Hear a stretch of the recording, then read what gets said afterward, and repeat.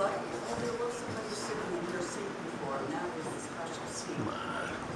Talking to Mike. Betty always likes to sit over there. So this is Betty's poem about why she isn't here today. My Dorn Space Friends is the title. Dozens of talented friends of mine are gathered at this magical place. You all have come together for the annual awards at Dorn Space. You're most likely all too excited to even notice the absence of little old me. But this is the special weekend in June with somewhere else that I need to be. I'll miss the Dorns and my happy boys, and all of the singers and poets I know. I'll miss the comedians and the musicians all attending the Dorn Space Awards show. I've been to my favorite venue hundreds of times. I think almost everything that the Dorns put on. She's incredible. Yeah. I know I've lost my place, of course. Okay, here we go. I've been to my favorite venue hundreds of times, and most of you know my name. But if I wasn't at the Dollsville Violet Festival, it would really be a shame. I've written lots of rhyming poems, and I've occasionally written some prose. I've written rhyming books for children, and I've illustrated those. I've formatted them and self-published them to create my 27 Ellipser books. It would be silly for me not to make it a point to get people to take a look. I'll miss all of you as you put on a show and have your wonderful Dorn Space time. While you are here enjoying your special weekend, I'll be busily enjoying mine. If I could be here and be there too, I would have a doubly happy heart. But I don't know how to be at two places at once. I wouldn't even know how to start. By Betty Elizabeth Livia Zerbst, June 2023.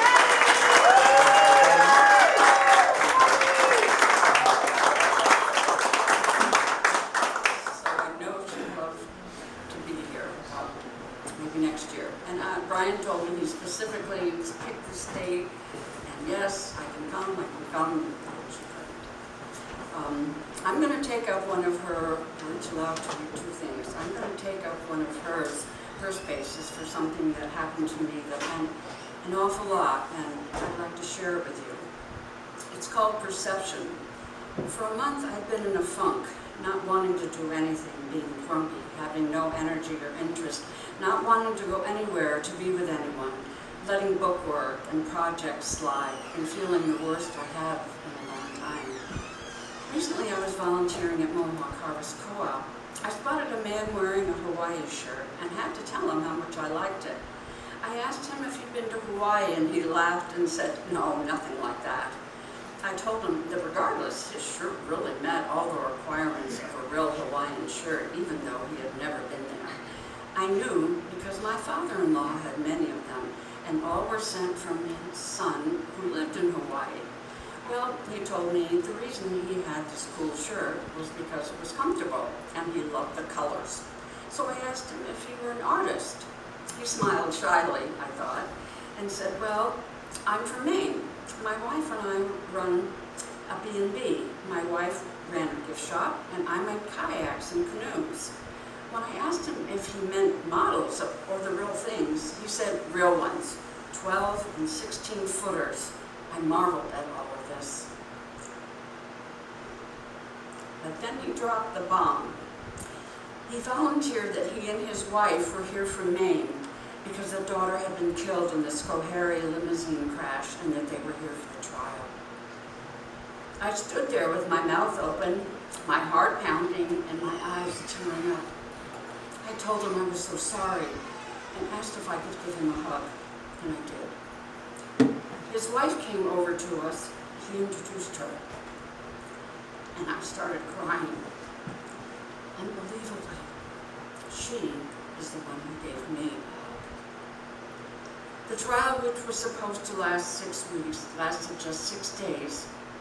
The father told me they spoke to a young woman juror who told them there was just no doubt, and the next to be tried should be Memphis. These people, seemingly just another couple shopping at the co-op, shared an unbelievable story of personal tragedy with me. A person moping around for nothing. They changed my perception of life. I will never forget them and their quiet dignity. Perception is everything. My brief conversation with them reminded me of the fact that one never knows what other people have gone through and are currently experiencing. All people should be treated with kindness and understanding, in case those actions are exactly what they mean at that moment.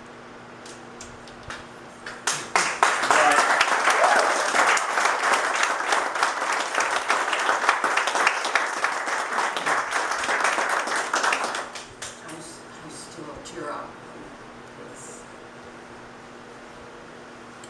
just something that makes you think about what life really is and open around. Anyway, this one is called My Backyard. I hear one neighbor's pump swirling the water around in his pool while he is banging away on the new deck with a big tool. Another is scraping dirt from her wheelbarrow. She's working so hard. Someone else nearby is pounding away on something in his backyard. A little red-headed bird balancing on a wire is singing out loud, while pigeons are picking and pecking below on the ground. Two finches are nervously skidding away at the sound of a lawnmower, which is having its say. A hummingbird is flitting, and I am just sitting. Nearby, a courageous squirrel is grabbing seeds from the feeder, not paying attention to the other two who are vying for leader. A robin glances back and forth, watching over the yard, but he sees nothing dangerous that he has to guard. The dog barking persistently a few yards away has no effect on my wildlife this day. Lawn chairs sit empty as though waiting for, who knows, maybe someone to sit a while and watch nature's shows. Dandelions are one thing nobody wants to see in the lawn. They are so ugly standing there on scrawny stems. Come on.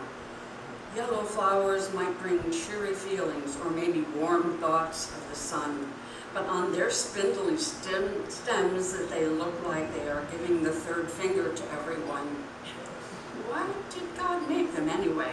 Shouldn't it be a sin? Or maybe he thinks our efforts are a joke, and maybe he's wearing a devious grin.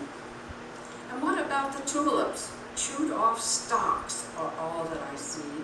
Why do the squirrels and rabbits get to enjoy them and not me? But happily and luckily for me, there is one saving grace. The grass that I planted is growing like it's running a race. Children are running home from school, backpacks bouncing along for the ride. I smell someone's grill cooking dinner. Something's very good that is being fried. The sun is moving across the sky on this beautiful day, ready to say good night. I am content with what this day has brought me as I go to bed and turn out the light.